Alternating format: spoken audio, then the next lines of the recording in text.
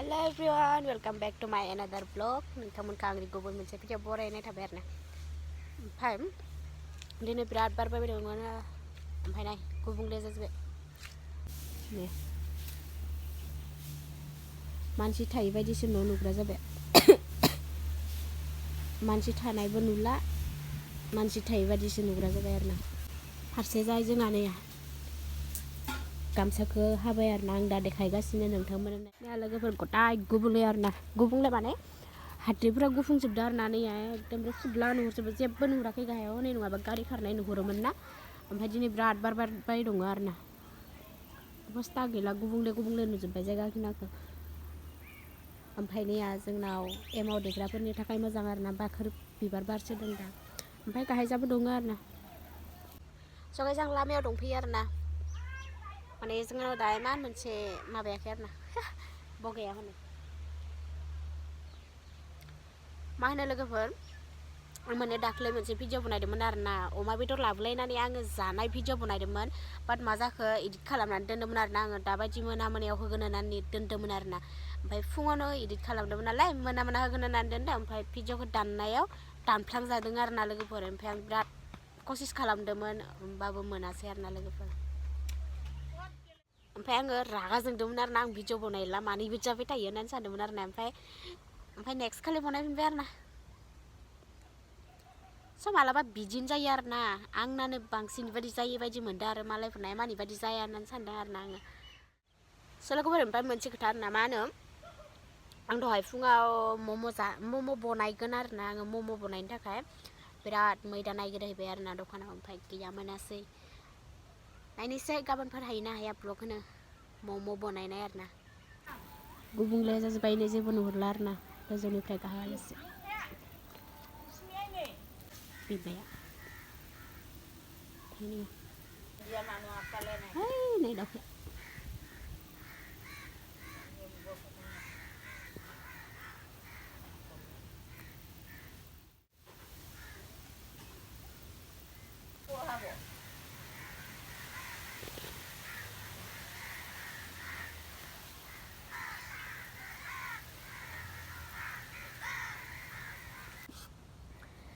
लोगोफोर दहाय होनदोंमोन ना आङो जोंहानि गामसाया दानाय जाजोब्बाय आरो ना ओमफ्राय आं नोंथांमोना देखायलांगोन नोंथांमोना नायलांबाय थादों आरो ना नैया नैबायदि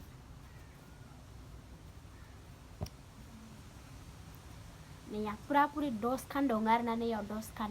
जोंहानि गांबा बेनिफ्राय जाय खुन्दुं हरदोंमोन दानो थाखाय बेनि थाखाय गांबा आरो ना जोंहा गांबा बे ओमफ्राय दानो हरग्रानि गांबा आरो ना जों फुवारनानै देखायबाय दं आरो ना नोंथांमोना साननो हागोन नैबे मोनसेया मानो कालारा बेलेग नैबे मोनसेया माने खुन्दुं बायनो हायाखैमोन नालाय न'आव जा एसे गोथां मोनसे दादोंमोन ना बेनि खुन्दुंजों दादोंमोन आरो ना नैखौ स' देखायलांनि आरो ना नोंथांमोना फुवारनानै देखायनि गिदिर खालामना देखायनो र' आरो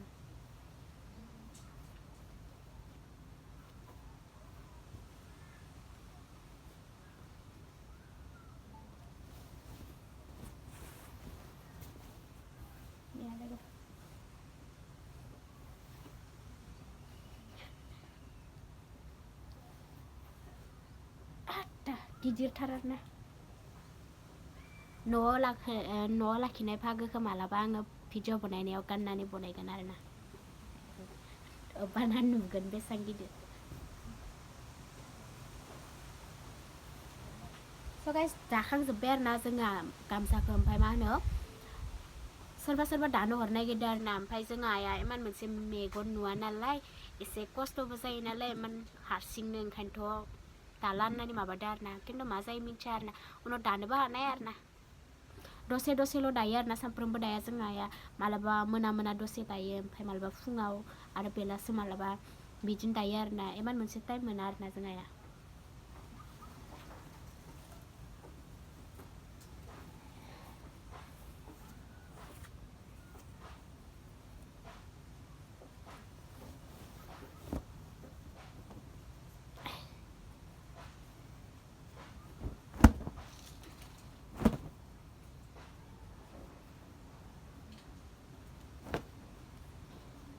नैयाव दानाय गामसाफोरा सब एखे गोजा आरो ना लोगोफोर ओमफ्राय मा होनो नोंथांमोना साननो हागोन नैयाव 10 खान गैया आं साननानै देखायगासिनो र' जोंहा मेख्लाबो दादोंमोन आरो ना खनसे ओमफ्राय मेख्लाखौबो देखायगोन आङो मेख्लाया आंनो गानबाय थायो आरो ना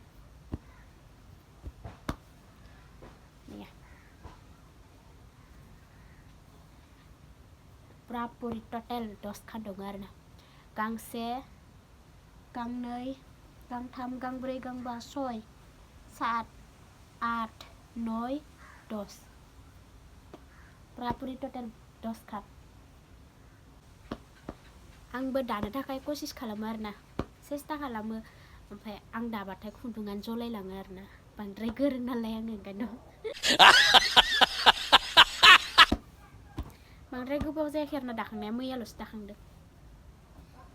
गाइस बेखौनो देखायदोंमोन आरो ना आङो ओमफ्राय आं नैबे गानबाय थानाय मेख्लायाबो बेनोमोन आरो ना आयानो दानाय ओमफ्राय फारसे जानाया बार बारनानै अबस्था गैला आरो ना मानसि थायै बादिसो नुलायलांबाय ओमफ्राय गाइस दिनैनि ब्लगा बिसिनिनो बाय बाय